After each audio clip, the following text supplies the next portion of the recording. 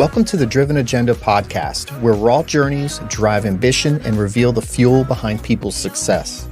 I'm Shannon Sagan, a personal injury lawyer, entrepreneur, and founder of the Dashcam Lawyer. This podcast is all about being driven, focused, motivated, and determined to reach your goals and setting an agenda that pushes you forward. We bring you insights from top players in business, sports, real estate, investing, health, and more. Here, we dive into what it really takes to thrive with candid conversations that cut through the noise and get to the heart of people's success.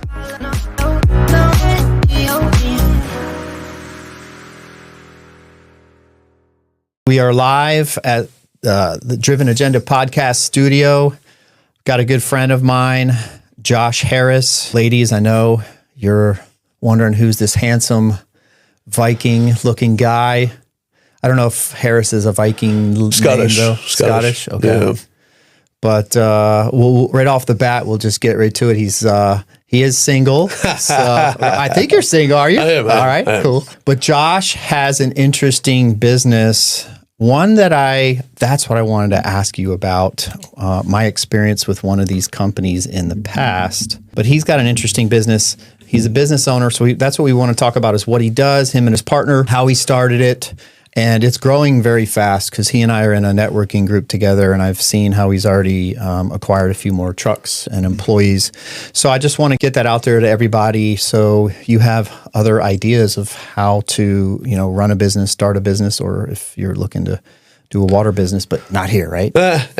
It's all right. We can't cover everybody opposably. Yeah. So he owns Custom Water Solutions. Before you started this company, what's your background? So I had a myriad of different jobs I was doing for a while. Initially, I was trying to become a firefighter. I actually have 2 degrees involved with that, surrounding that. One in fire science and one in EMS services.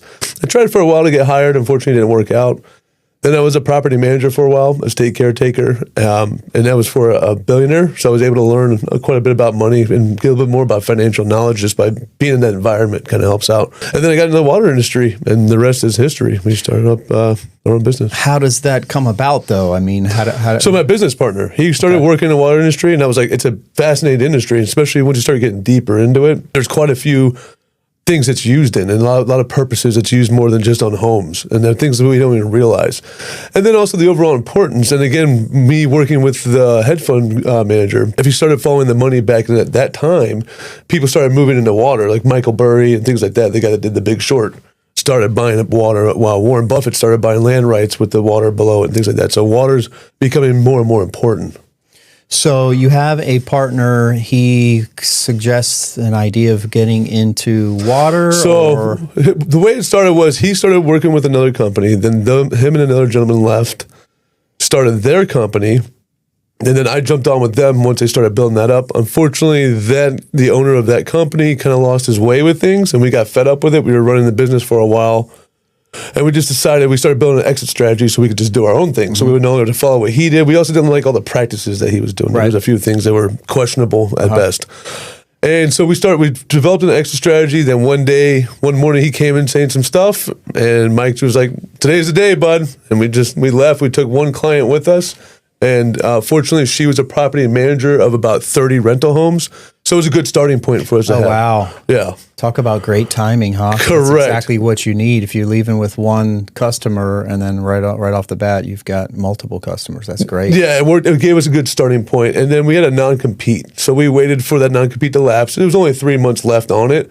And in the service industry, typically, if you don't have your service performed in about 3 months, you're pretty much fed up with that company anyway. So we went door knocking. We went door knocking on all of our old clients. And I also am one of the people that save all my text messages. So I had all my text messages. And once the non-compete was up, I started messaging and emailing. And that's one of the attributes that people need to know if they're going to be running a business, especially in sales, is you just have to come up with random ways to be able to reach out to people and not be afraid to ask, whether it's text or door knocking, which is really old school. Yeah. And like, that's the tried and true sales right there. And it helped. And we didn't even have shirts. We didn't have business cards. It was us really? two. You just like showed up. Just us two. Were you at least like dressed matching or anything? As best as we could. No, it was bad. It was real bad. It was 2 guys in a Ford Explorer Sport Track. And what we did is we went door knocking to our old clients.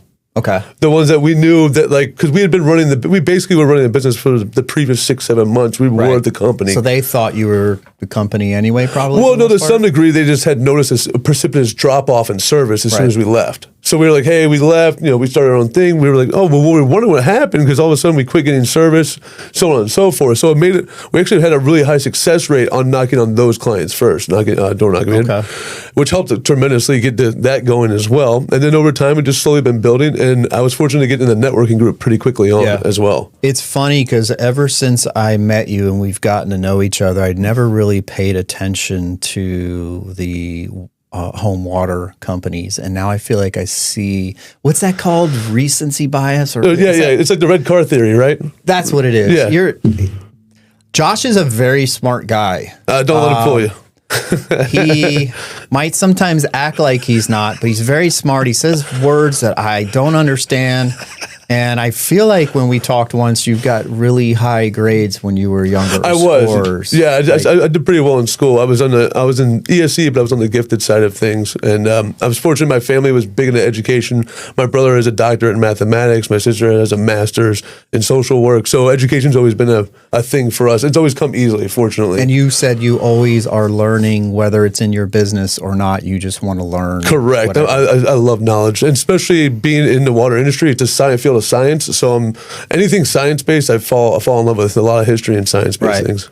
So the red car theory, and now I feel like I see a lot of these trucks around town, but I had never noticed them before. Tell us briefly about your company. What are the services you offer? So we do almost all water filtration equipment. So that'd be carbon filters, softeners. If you're on a private well, a lot of times they require more filtration. So it'd be iron filters, whole home reverse osmosis. We do the smaller drinking systems, and then we also maintain them. So we offer the services to maintain all that equipment, and we do higher end things or big commercial projects as well. Almost anything involving water. We don't actually do the plumbing side of things. It's more of the quality and the distribution of it, as far as like how to get, if you want higher pressure, we can install certain pumps. Along those lines, we do the installation, but we don't do any interior plumbing like faucets or showers or sinks or anything like that. What's the largest home or complex you've done so far?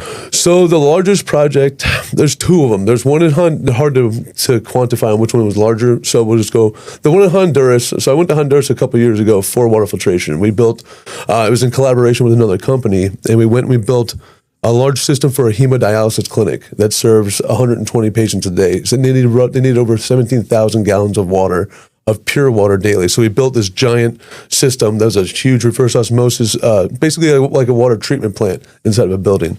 That's one. And then up in Missouri, we have a client that's on a 800 slip marina, and they're having issues with iron, and they have all these different pump houses. So it's multiple large size systems in multiple pump houses. And then you've done a couple mansions here too, though. Correct.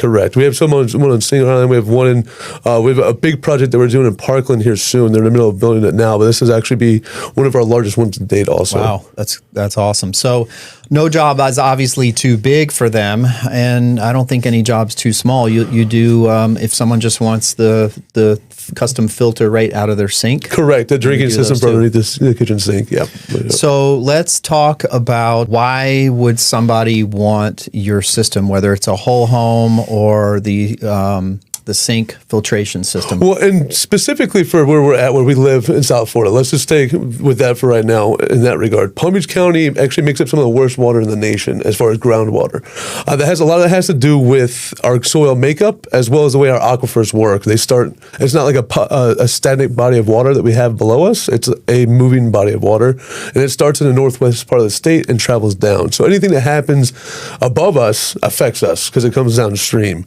So that's one of the things. And what happens is that stuff actually tears up a lot of your stuff in the house, as far as your fixtures, your appliances, your skin and your hair. All those things get damaged from whether it be chlorine or the hardness. Down here, we really battle a lot of hardness. That's going to be the buildup that you see on your faucets, your shower heads, things like that, the spotting you see.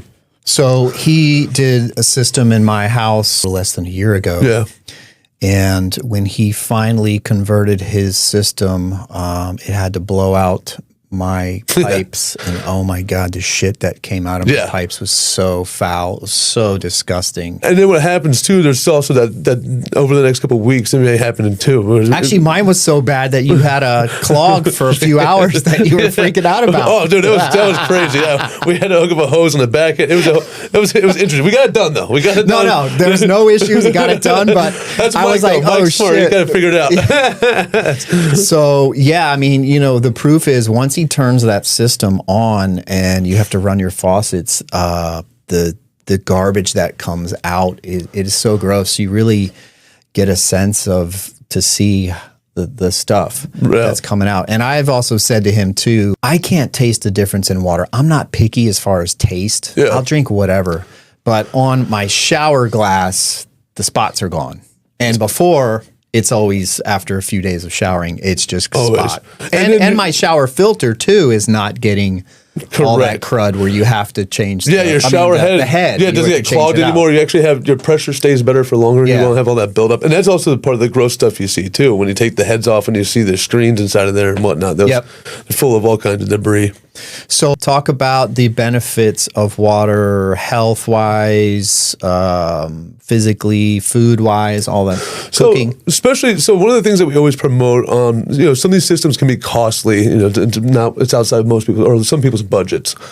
But the drinking system, the under sink reverse osmosis, that's relatively affordable and that provides such a benefit. A lot of the things that reverse osmosis removes pretty much everything out of the water. We reintroduce minerals back into it, but with that, you can guarantee you're not getting chemicals, some of the carcinogens that people are concerned with from that. And it makes your food taste better, your water, your coffee will taste better. We've even installed them on restaurants and the soda will taste better because again, the soda uses water in order to make it. It's all syrup, it's just syrup. So you can notice a huge difference just in taste, but in health-wise as well, there's these things coming out. They've been studying for a few years now called PFAS and PFOS. Basically, they're forever chemicals. The most common one's going to be Teflon. There's been cases done on it, cases done against it. There's been movies based on it. And that can remove almost all of those. And there's 16,000 known forever chemicals, and the number's growing. And reverse osmosis is one of the few ways that you can actually mitigate that. So how do you sell someone on the system? And I say that because as I was driving here, I was thinking about what I wanted to ask you, and you just reminded me, I wrote it down. I remember going to Home Depot when we first moved into our house, and they had some guy that offered some water program. He'd offer you a gift card, and I thought it was through Home Depot, but they offer you a gift card if they can come in and do a presentation. Yeah. And the guy was very nice, but it was 2 hours long, and my wife and I are like, what is going on? And he was showing the tests and the soap sample and yes, and it was impressive, but then he was just very weird and bizarre, and I just got a weird vibe from him. Yeah. So that's my first experience with that stuff, and like, is that, how do you? So it's common. It's commonplace. That's and the part of the issue is with our industry too is that there's a lot of misinformation that goes out there. And even if you go to look on the internet, a lot of the information is not always readily available. We try to follow the Water Quality Association stuff. There's a lot of great information on that site. So if you're ever looking for things as an individual, you can use that as a resource of like true information. These are the professionals that do it, and that's where all the certified water quality products that we use, things like that. But we consistently have to battle that because that guy probably is doing more of a sales pitch, and that's where the difference between some of the things that we specialize in is well water, right? So the difference with well water and city water, with city water, you can kind of slap a system on and you'll be a noticeable difference. And even if you do it improperly, it still won't be, you won't really notice a difference because you're filtering filtered water. Right. On well water is when you really notice it, because as soon as that stops working properly, you're causing damage inside the home and foul odors, stains, all kinds of stuff. So with all that being said, and the real differential is only when you start to get with that stuff. It's hard to show the differences because a lot of it's on a microscopic scale. Mm-hmm. So you have to do these expensive tests in order to show, hey, we're removing these volatile organic compounds, these certain things out of the water. And with that guy, he's promoting more of the softener side of things. Whenever the people bring out soaps, that's always going to be a softener because softeners help the efficacy of soaps. Okay. So but with all that being said, there's a lot of misinformation. We have to battle those things. And then there's no real regulating body on it. There's no licensing for what we do in that regard. Now, I try to be on top of it by being part of the Florida Water Quality Association. So I was going to ask, you're on a couple boards now? Yeah, I finally, fortunately, just got asked to be on the board of directors for the Florida Water Quality Association. Great. So, So that gives you some legitimization, right? Exactly. Versus other people, like maybe this Home Depot guy. And I don't know if he wasn't legit, but it just turned into a whole weird vibe. Well, that's going to be, so that company specifically, because I know who Home Depot works with in that one, the way they operate, it's a business. So the city water side of things is much more flooded with other with businesses all around because of not having to know so much on the chemistry side of things. You can just slap these systems on and you won't really know a huge difference. To where you, for instance, went with our highest grade or our best mineral mix. It'd be difficult for you to feel the difference or taste the difference. It's just if you took samples of that and took it to a lab and had them tested out, that's where you would see the difference. So the selling point becomes difficult to explain that, and it falls a lot on faith. And so fortunately, we've built up a solid enough reputation in that regard. And some of that, and being on these different committees and being involved in these things kind of help provide that comfort that what we say is true. Okay. All right. I had a question. So are there any areas in Palm Beach County or new home developments that honestly don't need something like this? No. Why? Unless they have their own. So there are a few home developments that have their own water filtration plant. And some of them have their own reverse osmosis plants. Okay. Like neighborhoods have them or something? Yeah, they're really high in neighborhoods. There's a few of them, and I don't even know if there's any. There might be one or two in Palm Beach County. I know there's a couple, a county north. Let me ask you, Palm Springs. Yeah. Aren't they known for having good water? Yeah, so there is a weird pocket of they actually have decent groundwater, but there's still, it's not always the starting water or the water being tested at the plant. It's a lot of times what happens is it's the distribution channels. So by the time it gets to you, there's so much stuff in the piping from years. And years. Also, we live in a seasonal area too, right? So half the year, the population's much more increased, and then during the other half, it's decreased. Well, the way water moves through pipes, it's not like that whole column of water moves through that pipe. It'll be whatever's needed kind of goes through like a pipe within a pipe, so to speak. So the outer part of that water may sit there and not actually move move often. But then when people come back into town, then it moves again. Then bigger columns of water move. That's why they do the flushings. That's why you have the higher chlorination times, things like that, where they're trying to. Oh, that makes sense. Yeah, you can actually literally smell the chemicals when they do that flushing thing you're talking about. Exactly. So it's not always what they're filtering at the plant or their test results at the plant. A lot of times the end product, by the time it gets to you, has a lot of issues. So. Who's got the worst water in Palm Beach County, do you think? As far as the municipality goes? Taste, I don't know. So the groundwater as a whole, so 85% of Palm Beach County, roughly, if you look online, it's anywhere between 77 and 92% of the municipalities use groundwater wells, and they just filter it on there. But in the area, it's going to be Riviera Beach and part of Gardens. It's terrible. It is part of Gardens and part of Gardens. Yeah, isn't there money up there? And it's not always money. Want to hear this? It's not always money. I mean, actually, they do want to hear this. They can call me. So there you go. We can fix that. So Gardens, wow, it's a lot of sediment. They have really high levels of sediment in their water. So we did a project over at the Amazon warehouse in Riviera where we did install drinking systems and things like that because you can see the buildup coming out of their water fountains, their ice machines, anything that their employees were using. All of that was covered in hardness and like debris, and it's bad. It's really bad. Those are ones that we're actually install on your house. I didn't have to do it, but there's something called a sediment filter. Essentially, it's a smaller canister filter that removes sediment, particulate, and things like that out of the water. In that area, I install sediment filters before the system because it's so bad. Do you you know what? I was just thinking a good sales technique would be to make the owners run the water as soon as you turn it on. Make sure if they can be there, so they can actually see it. Yeah, that's what we try to do that as well as when we cut the pipes open, we try to show the inside of the pipes too. I think I showed you yours as well. We try to show them what the inside of the pipes look like.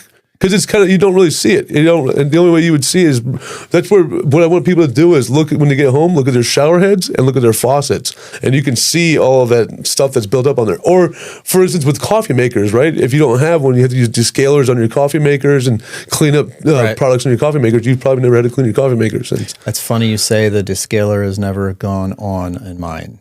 Yeah. Right? Yeah, the scale's never built up. Yeah, you never had to use a descaler on it. Interesting. learning more as I talk to you. All right, let's talk about the business aspect of this. So you and Mike started, Correct. and you've now since grown. I think you added more employees. How many do you have now? So there's 5 full-time people that work for us, and we have 4 vans on the road. Awesome. And you started off with one van, I think? One truck, one gold Ford Explorer Sport Track, and myself and Mike. And then my mom, she works for us full-time now, but she started a little bit part-time because she does bookkeeping and things like that. So she naturally was able to be a good resource to use. What do you attribute the fast growth to? The dedication is a big part of it, and being honest. So no one's perfect, and we're not perfect either. We make mistakes or miss things. There's a lot of variables in what we do, but just owning up and explaining to the person, I mean, it's always worked out very well for us. And following up, we truly have a passion for what we do, and we want to make sure that if you give us your hard-earned money, that we work hard for you in return to make sure you receive what was promised or expected. Do you do any paid social media ads or anything? Or nothing like that. I have a marketing agent, and she does all my social media and stuff like that. But nothing paid. I have not paid for an ad. Okay. No, yeah. So obviously the face-to-face and networking and all that is that's one of my knowing people, and that's one of my strengths. I mean, as you've known me long enough, I'm comfortable in rooms. Just put me in a room and I enjoy being around people. So the networking's been a big factor of it as well, whether it be through BNI directly. I play softball frequently, so that community is giving back to me as well with business. That's a lot of that stuff has been where we've been on. And then you and Mike have your own strengths, and I wouldn't say weaknesses, but yeah, there are. Everyone does. What are his and what are yours?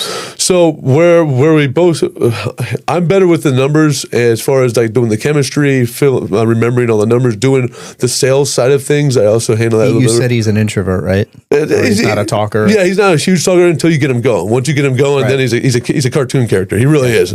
Like he makes sound effects. He does all kind of nonsense. He's hilarious. But what he's really good, he's mechanically minded, and he's very good at like understanding what issues are as far as the mechanical side of things go, as far whether it be plumbing or piping or any kind of issues in that regard. He's excellent with that, and his installations are clean. He always makes really nice installations on things. Okay. How did you get money to start all this and grow it? Yeah, Mike had a little bit saved up. Fortunately, we started with about $4,000. That was it. We bought used tools. And we just kept grinding and grinding. We lived together for 6.5 years. This is what I want you to harp on, because I want people to understand, and I do this in every interview. It's always going to be the same with someone with a business, whether it's a multi-millionaire business, or if it's just someone who's been doing it for a while and they're able to support themselves and their families.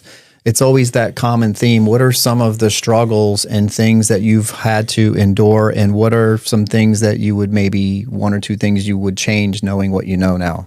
So starting off with, we were already living together at that moment. We had some things happen personally on a personal level that like helped each other out by living together. And then we started the business, but we stayed together for a while. We didn't draw very much from the business. We only took what we needed to survive. And ramen noodles? Damn near. I mean, pretty freaking close, bud. Like, and yeah, sometimes even ramen noodles. We've tried to funnel as much into the business as we could, and we still do that to this day. We still don't pay ourselves very much, because we know that if the business eats, the business has to eat first, right? It always has to, because if there's no business, then everything else loses its way anyway, and money is the lifeblood of business.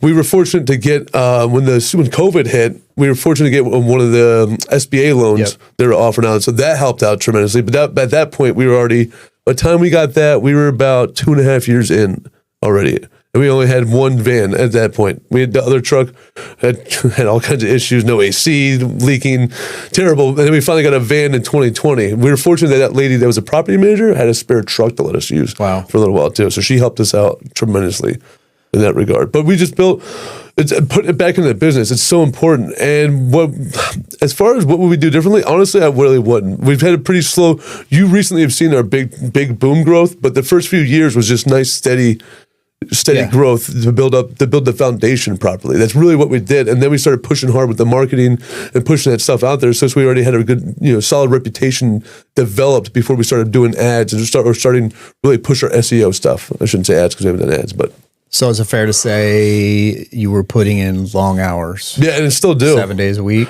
Damn near. I mean, we're 7 days a week we work, but it's not, long hours may not be the appropriate term for 7 days, but there's days where, for instance, Monday, I worked from 8 a.m. till I got home at midnight. So, because we had out of water. That's the other thing too, in our industry, we're 24/7 because some people are on private wells. So they don't have, if their pump goes or something like that, they don't have water in the house. So yes, many long hours in that regard and having to go frustratingly at midnight and go do things. Okay.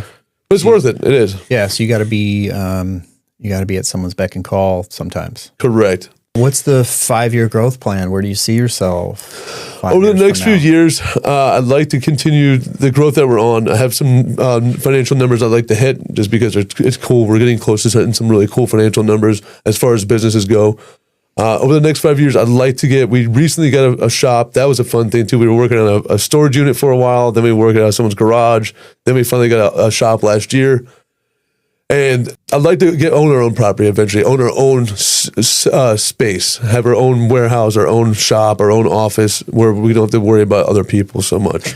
Do you have a head count of how many people you want? Do you know how far throughout Florida you want to go? I mean, in 5 years or the whole life, in 5 years, it's still continuing to build that solid foundation because at 5 years from now, we'll be about 12 years in, and then we'll be able to, at that point, the reputation is developed for the service industry that we can really start putting money heavily into marketing to where our customer acquisition won't be so beat up on that in that regard. Plus, the follow through with that would be better or more highly likely that they would follow through, that it would be more beneficial those dollars would go towards. So ultimately, I don't really have a head count on vans or people in that regard. It's more of just I'd like to continue the steady growth that we have, and efficiency comes into play. So I can't really give you a number on heads and things like that. How far do you want to go geographically, though? I mean, if you could in the next throughout the country. Yeah, I mean, realistically. So there's the funny thing with our industry. There's no real conglomerate as far as the wealth side of things go. Without giving too much of my corporate strategy away, the only real conglomerate is Culligan. Mm-hmm. And that's because a lot of times it's region specific. But we believe that if we build the approach right, and because of the terrible quality of water that we're already dealing with, that if we build our approach properly, we can scale that and go start targeting other well water areas across the country, or wherever it may be. There's a couple areas in Florida that we can already start targeting to where our main combatant is going to be the one local guy, and then also maybe Culligan. But Culligan's, what they do is they're notorious for going in the areas, buying up the local guy, and then they make it their own, but they're just not good at well water. Their approach is not good. Not specialized, which Correct. A lot of major corporations that buy out are known for that you lose the family feel, the customer service. Mm-hmm. But I get it. You're a business owner, you work hard, and some big company comes and offers you some money you can't refuse. Yeah. I mean, it's catch-22, right? I mean, it's just the way it goes. And most businesses, right, there's only really two end games. It's either sell the business or have a succession plan. So would you ever, have you thought? Yeah, I mean, you have to, right? But the exit is, Mike and I have talked about it, but it goes to that. It's either succession plan or sell. Okay. But now, if we did sell, I would not stay on salary.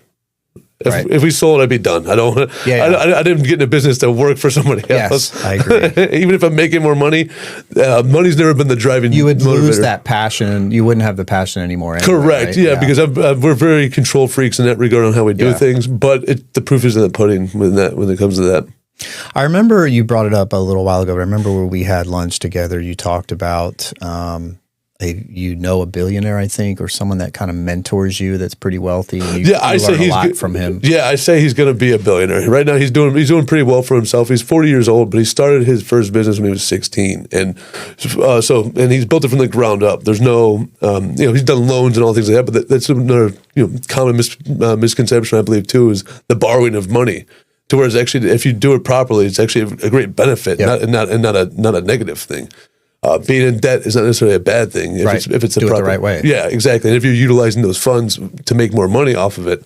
But nevertheless, he's one of those people that really exposed that you can build from nothing and just keep building into something, because he's been in business now for 24 years, even though he's only 40. Mm-hmm. But he's done very well for himself and done it in the way that I like the way with integrity and yeah, you've talked positively about him the many times that you and I have had one-on-ones, and it seems like he's pretty giving with kind of information, or at least with me, he is. Yeah. He's a little quirky like me as well. So it works out. That's good. It's actually Mike's buddy from high school is how we met. Do you have any other mentors? I know you believe in that stuff, and coaching and whatnot. So I have a life coach. I got a life coach almost 2 years ago now, and he just helps me with some personal issues I was having as far as like.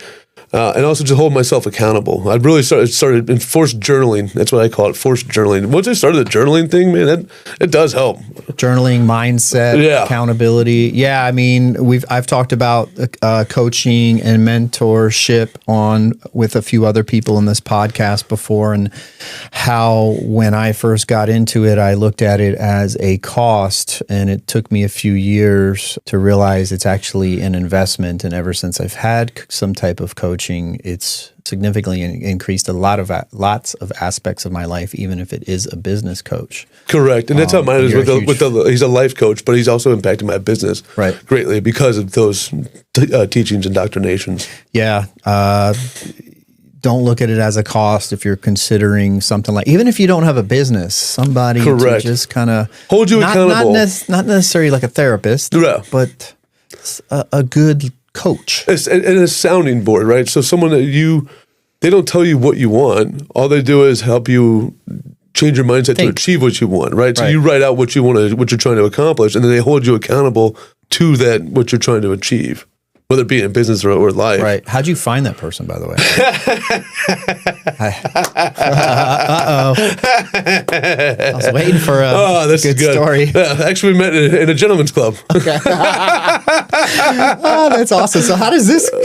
I'm a life coach. Yeah, so like, we were talking about something, and he was telling we were celebrating a mutual friend's birthday, and so I like people that. Because I'm unique. So I like people that can work hard or have certain principles that they stand by and still do other things that they enjoy as well, that maybe morally or others may view not in the same way. Yep.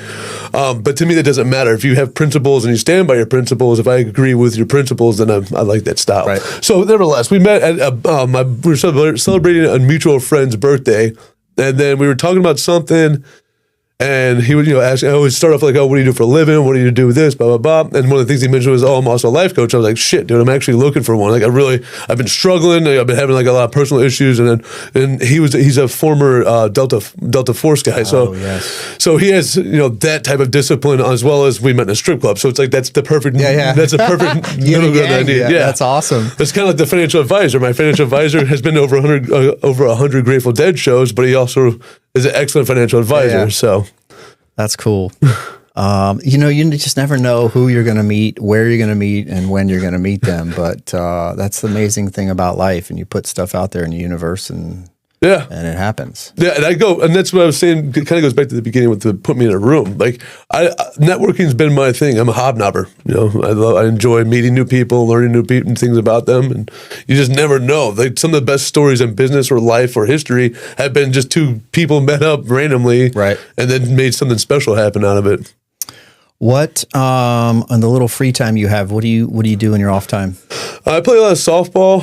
That's cut back tremendously due to the business growing so much, especially in recent years. I spend a lot of time with friends and family. I don't have a family of my own per se, like we were talking about earlier, single. I don't have any kids, but I have a big support structure, fortunately, not just from my family, but I have a great group of friends. Like I'm fortunate to have quite a few really great friends in my life. It's important to have good, solid foundation around you, whether it's your family or friends. I have some friends that I consider family more than some family members. Understandable. Yeah.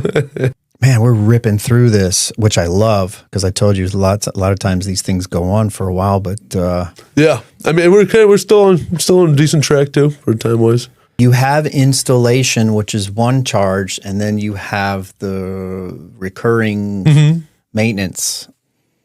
Which one's more lucrative? The installation's probably, as far as on a margin, just purely margins, it's always going to be installations. Installations are typically your best. That and repairs. Repairs are usually, actually margin-wise, are your best, but the dollar amount isn't as great.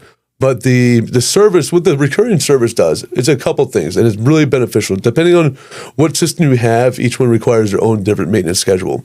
But for us, it keeps a constant eye on the equipment, which allows us to provide a high level of customer service. So we get to be proactive on things instead of reactive, right? To where, hey, this is starting to do this, or we can let the customer know when they're starting to have issues or an issue that's already happening.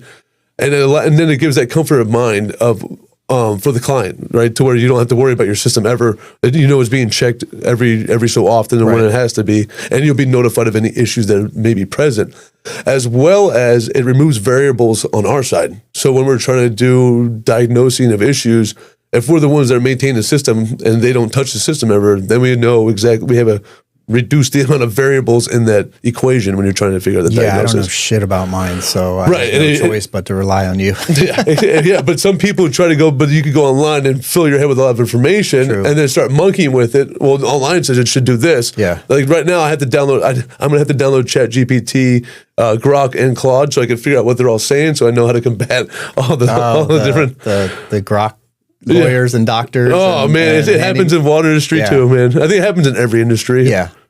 So I'm gonna have to download those so I can figure out what they're saying about my industry, so I know how to counteract that.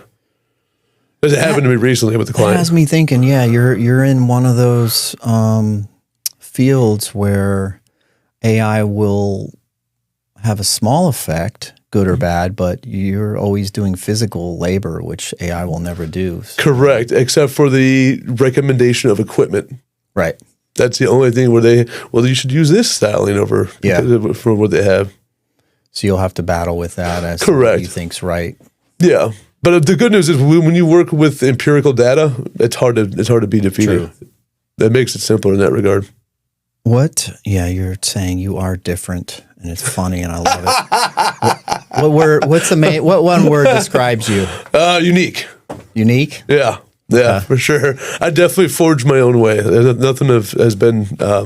Every time I try to fall into the nuclear style living, this doesn't work out so well for me. So some of my people that I enjoy are like Hunter S. Thompson, Salvador Dali, like those kinds of thinkers, where they view the world through a prism that's different than everyone else's.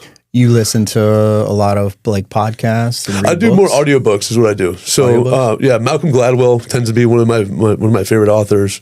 There's a few others. Simon Sinek's pretty good too. But Malcolm Gladwell really will take a subject and really break it down and like slice it into very, very small topics parts. On like money, life, he does more like just like matters of thinking. So like one of his books are called Outliers, and essentially it's trying to figure out like what made Bill Gates different from the regular person. So he just breaks it down to try to find at least some kind of empirical data to show for it. And so that's where the 10,000 hours rule came into play, right? Where if you spend 10 years or 10,000 hours on something, you can become a master at it. And he just has other topics of just how to talk to people. And he has another book called Talking to Strangers. Another one's called Thin Slicing, which is about how your brain works to subconsciously solving problems. And a lot of times your conscious mind gets in the way and muddies it up. So those types of books, I like those ones. And I do business books as well. Some life, management books. And a few autobiographical type books as well. What kind of music do you like? That's a wide range, man. A little bit of everything. A little bit of everything. What don't you like? New country. Newer country, yeah. Pop country. Yeah, not really my style. Absolute garbage. Not really my style. Pop too is garbage. Yeah, for the most part, not a real big fan of that stuff. Old pop, like Michael Jackson. I mean, king of pop. Well, yeah. Right. So like the older stuff, and you can always go back. Now I'm going to sound like a curmudgeon, like an old guy just up here. Just our music generation was way better. It was. Although I will. I do have some friends, I know who you're talking about, with Grateful Dead. I just could never get into them. Now, have I been to one of their concerts? Because people say that's what you really got to do, but I just couldn't get into them. But just about every type of music and genre I listen to, I have it all. Yeah. Whatever sounds good to the ear, right? I mean, whatever you're in the mood for. That for me, it's the mood. Yeah, and I always have music on too. My brain, my brain's so active that it helps having that in the background to keep it. I can get focused with music on. It shuts off. So if you're doing a project that requires you to be sitting still or whatever, what kind of music do you put on? The mood dependent. So like when I'm doing sales, when I'm building up my estimates or writing these things up, I'll probably have some kind of like motivational music, whether it be heavier metal or harder rock or aggressive hip hop, like stuff like that. So like, the lyrics won't throw you off from concentration? No, because I do all like lo-fi chill when I want to do a good hour or two of just not talking to anyone, but sometimes I find I'll be listening to lyrics and then start getting. See, but that's where the fun stuff with the brain, right? Where everyone's brain works differently. Yeah. I think for me, either I don't hear the lyrics as much or don't focus on the lyrics and then focus more on the melody style of it. I'm not sure. I don't have a good answer on that one, but that's fun stuff with the brain. Yeah. Where the brain does different things. Stuff. Yeah. And everyone's brain's different and weird and bizarre and funny. I love it all. Yeah, I do like weird stuff, especially when I need to get like locked because we're custom motor solutions. A lot of our stuff is custom tailored. Not everyone's. There's some things that kind of fits for the most part, but there's certain ones that take a lot of me writing out and breaking down exactly what we're doing. So those ones really needed, like, it's like a workout, like a mental. So I put on like aggressive music in order to keep That's what I do for the gym. Yeah. Metallica, Pantera, Minor Threat, old school punk. Yeah. Okay. All right. Just depends. Yeah, I get it. I've been doing Taking Back Sunday recently because they're coming into town soon. So you're a little younger than me, so Taking Back Sunday would be probably the next generation of that type of music. Yeah, but they only got brought up too because they're coming in June, I think, or something like that. So, and then I'll do, for like my chill style stuff though, like my favorite song of all time is Rubber Band Man by the Spinners. It's a 70s funk song. It's my favorite because try to put it on and be in a bad mood. It's impossible. It's just science. It's so funny. We're pretty much wrapping this thing up, man. Do you have a particular type of woman? For me, okay. I've always, for the most part, had a thing with brunettes and brown eyes. Okay. I actually dated a lot of Latina women when I was younger. My ex-wife is Latina. But I know you're single and you like doing your thing. Yeah. I'm far from that now, but I've always had a kind of an attraction to a certain look. Do you? So as far as looks go, I like one that takes care of themselves. Like it's going to be more, as far as the full on to get in a relationship again, it's going to be more, that's going to be more intellectual and humor based and things like that. Because a lot of times if you have that, all the other stuff falls into place anyway. If you're disciplined and whatnot, everything else kind of falls away. As far as the other stuff, there's no real rhyme or reason for me. I'm like Skittles, man, just trying to taste the rainbow, bud. That's it. I love that line. We're gonna clip that one. We're gonna clip that one. Anyway, man, this was fun. I'm glad to get to know you a little bit better. Your business. You've got some great tips for people who are looking to be entrepreneurs, business owners. How do people find you if they're looking to reach out to you for either advice on running a business or this type of business, or if they want to hire you to build them a custom home service? So my number is posted everywhere. My number is still the office line. So I've been in the office line for 7.5 years. You can reach us at customwatersolutions.com. Our Facebook page, Custom Water Solutions by MJHS, I think is what that one is. I don't know our other social media stuff because I didn't even have Facebook until I started my business. Yeah. Oh, lucky you. Lucky you. I don't like, that's why I started laughing with the life coach thing. I know we're getting out of here, but it's weird. I'm very personal with regard to as far as like broadcasting it. If you're with me, I'm open as it comes. Yeah. But as far as, customwatersolutions.com, Custom Water Solutions by MJHS on Facebook. You want to give your phone number out too? I mean, listen, how does she look? I don't know. But yeah, it's 561-284-3450. It's posted everywhere anyway. It doesn't really bother me. Feel free to reach out if you guys would like, whether it be for water filtration or whatever. I mean, if you're a fan of Shannon's, I'll probably be a fan of you as well, because Shannon's been nothing but awesome to me. So awesome. Well, I appreciate that, and I appreciate you coming in and taking time out to come here and do this. And everyone's going to get something out of it. They always do. I get compliments. And again, thanks, man. Learned a lot from you. Thanks for having me, dude. It's been a blast. Absolutely. Appreciate it.